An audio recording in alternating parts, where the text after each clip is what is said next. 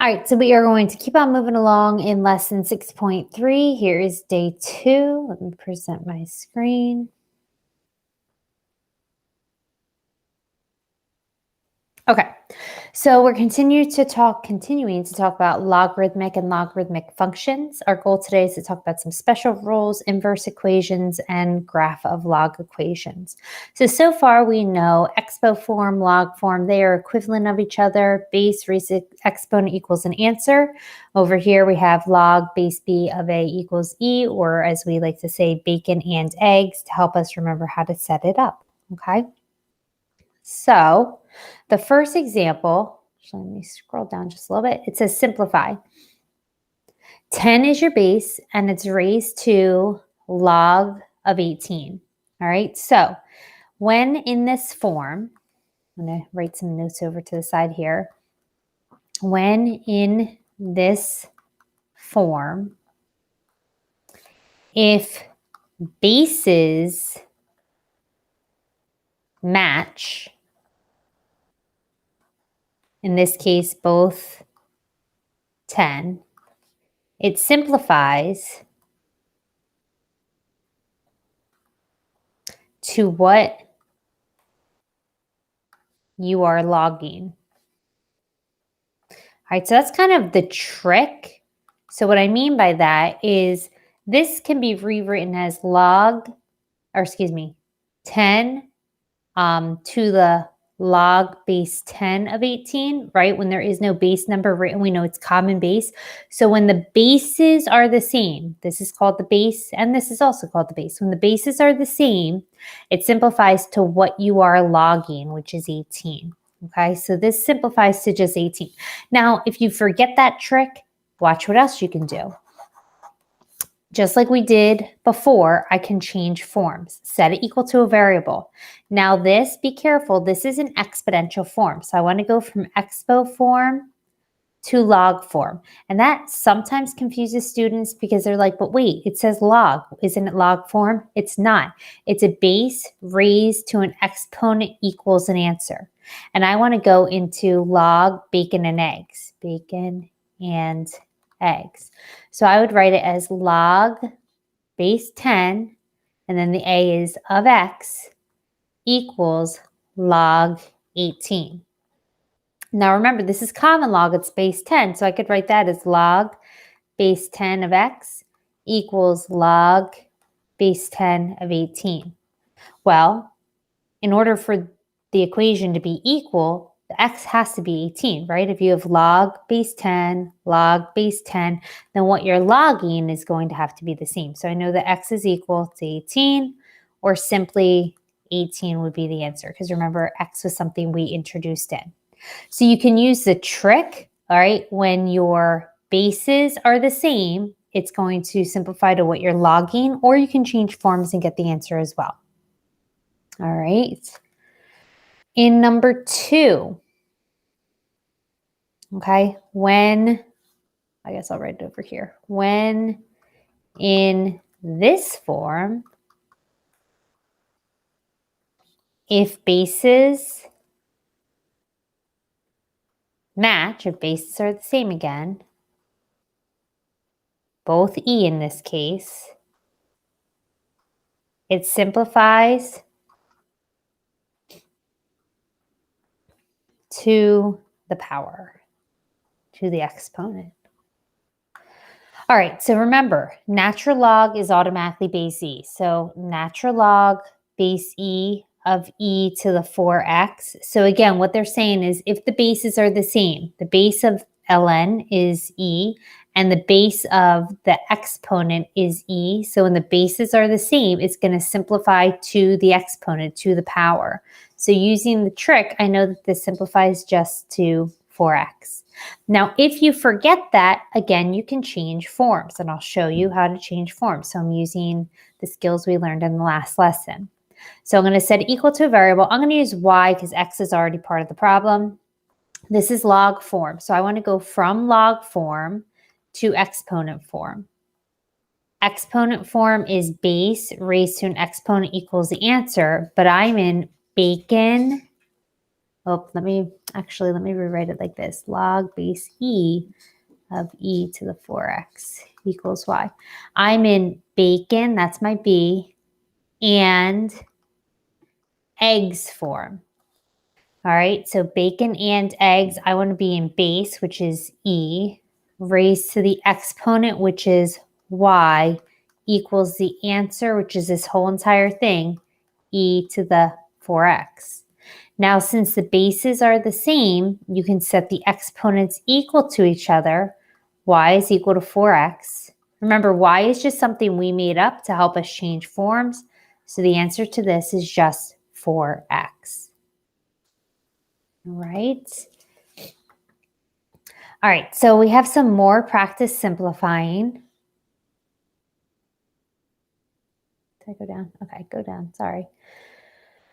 All right, so take a minute and look at 1 and 2. I'm just going to give you a minute to look at it before I go over them quickly. What do you think 1 simplifies to?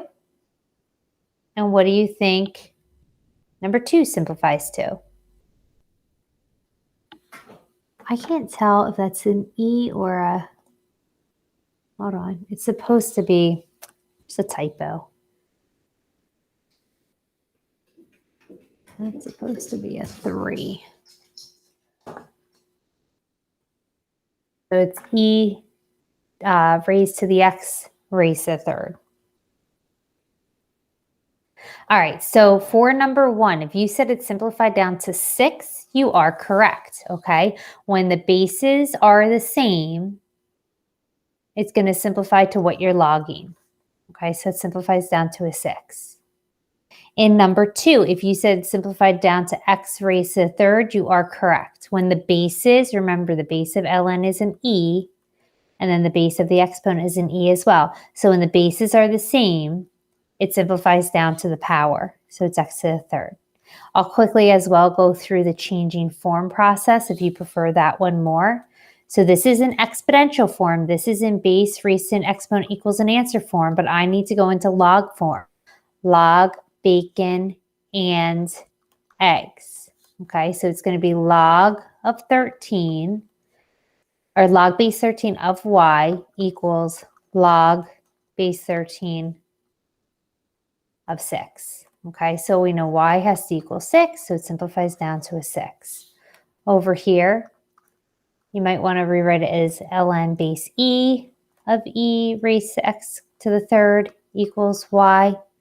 Right now I'm in log form, log bacon and eggs, and I want to go to expo form. Oops. Expo form is base raised to an exponent equals an answer. So the b is e, the exponent is y, the answer is e raised to x to the third.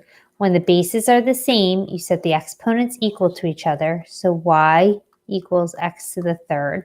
Remember, y is something we just introduced to help us change form, so it simplifies down to x raised to the third. All right. Find the inverse of each function. Okay, so remember, to find the inverse, you're going to swap the x and the y and then solve for y. And if y is stuck in the exponent, you may need to change form. So I'll write those steps down again. The first step is swap. Oop, forgot the s. Swap x and y. Solve for y. If y is stuck in exponent, change forms. Okay, so let's replace f of x with a y. So it's y equals 11 raised to the x. We're going to swap the x and the y. So x equals 11 raised to the y. And then you're going to change forms. You're in expo form right now, and you want to go to log form. All right, so in expo form, this is your base, this is your exponent, and that is your answer. And I want to be in log bacon, so 11, and x eggs, which is y. All right, so you're done. Remember the steps are swapping x and y and then solve for y. When we say solve for y, it means get y alone. Y is alone. So it's y equals log base 11 of x. And that's the inverse function. Okay, we're going to do the same thing for number 2, following the same steps. So the first step again is to switch the x and the y. So it's x equals ln, remember ln has a base of e, you might want to write that, of y plus 6. Now to solve for y means to isolate the y, but if the y is stuck, whether it's stuck in the exponent or if it's stuck inside the parentheses of a log or an ln, change forms. So I want to go from log form to expo form. For log form, I'm thinking bacon and eggs. That's my bacon and eggs. I want to be in base raised to an exponent equals an answer form. So the base is e, the exponent is x, equals a, which is y plus 6. So now y is no longer stuck and I can solve for y, right? That's the goal, is to solve for y. You can solve for y by now subtracting 6 from both sides. So you're left with y is equal to e raised to the x minus 6. And that is your inverse function. All right. Okay. Next we have change of base formula. So I'm going to discuss this actually in a future lesson, but I want to introduce it here as well for graphing purposes and calculations. So change of base formula, log base c of a equals log a divided by log c. So change of base formula is important because if your calculator, like if we all only had like basic scientific calculators and not our fancy graphing calculators, scientific calculators have a log button on the front of it, just like ours does, but it's only for common log.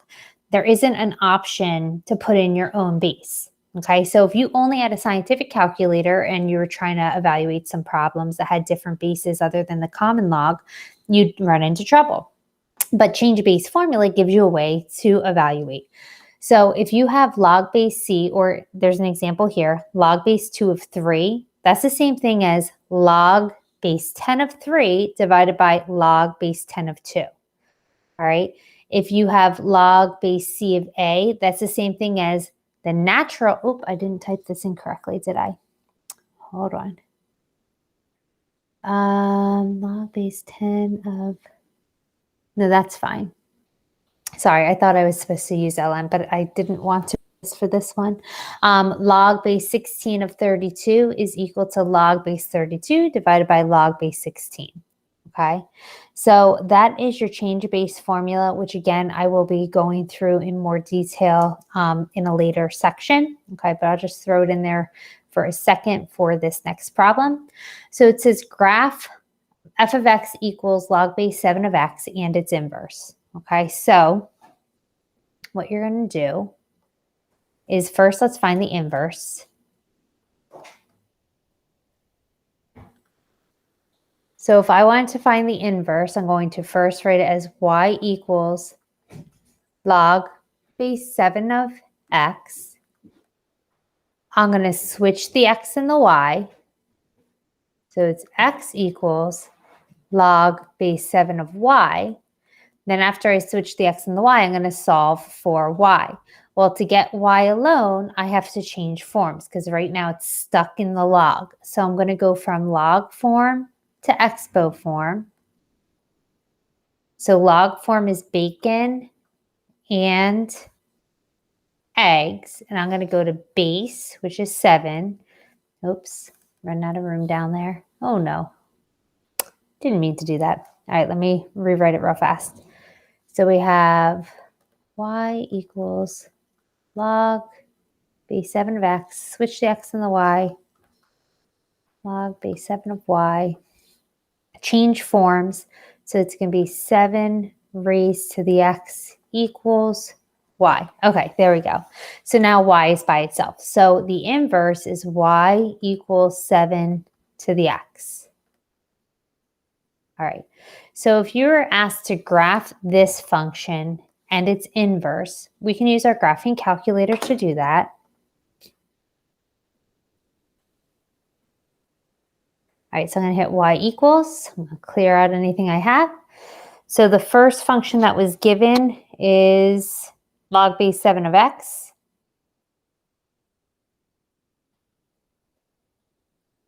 So you hit math, go to log base 7 of x. Let's just graph that one first, then we'll come back and do the inverse.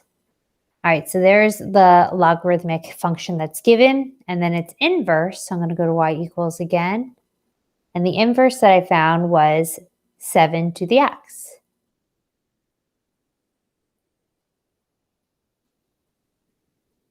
And there is your inverse function. All right. And then what I would do is I would just go to the table and I would jot down different coordinates that are easy to graph. And the error here, just so you know, the error here means that there is an asymptote. Okay. In this case, for the given function, the y-axis is the asymptote. All right. Because it gets so close to the y-axis, but never crosses it. Okay. But you could just list some different values to use in order to graph. And make a table of values for yourself and go ahead and graph them, plot those points. All right. I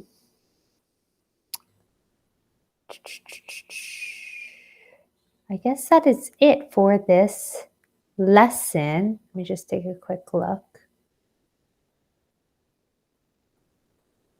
Yeah, that's it. And as I said, I'm going to talk more about the change of base formula in a later section. Okay, even though I kind of introduced it here and didn't do much with it, we'll go through it a little bit more in detail in one of the future sections. All right, so that is it for lesson 6.3. I'll see you back here for 6.4.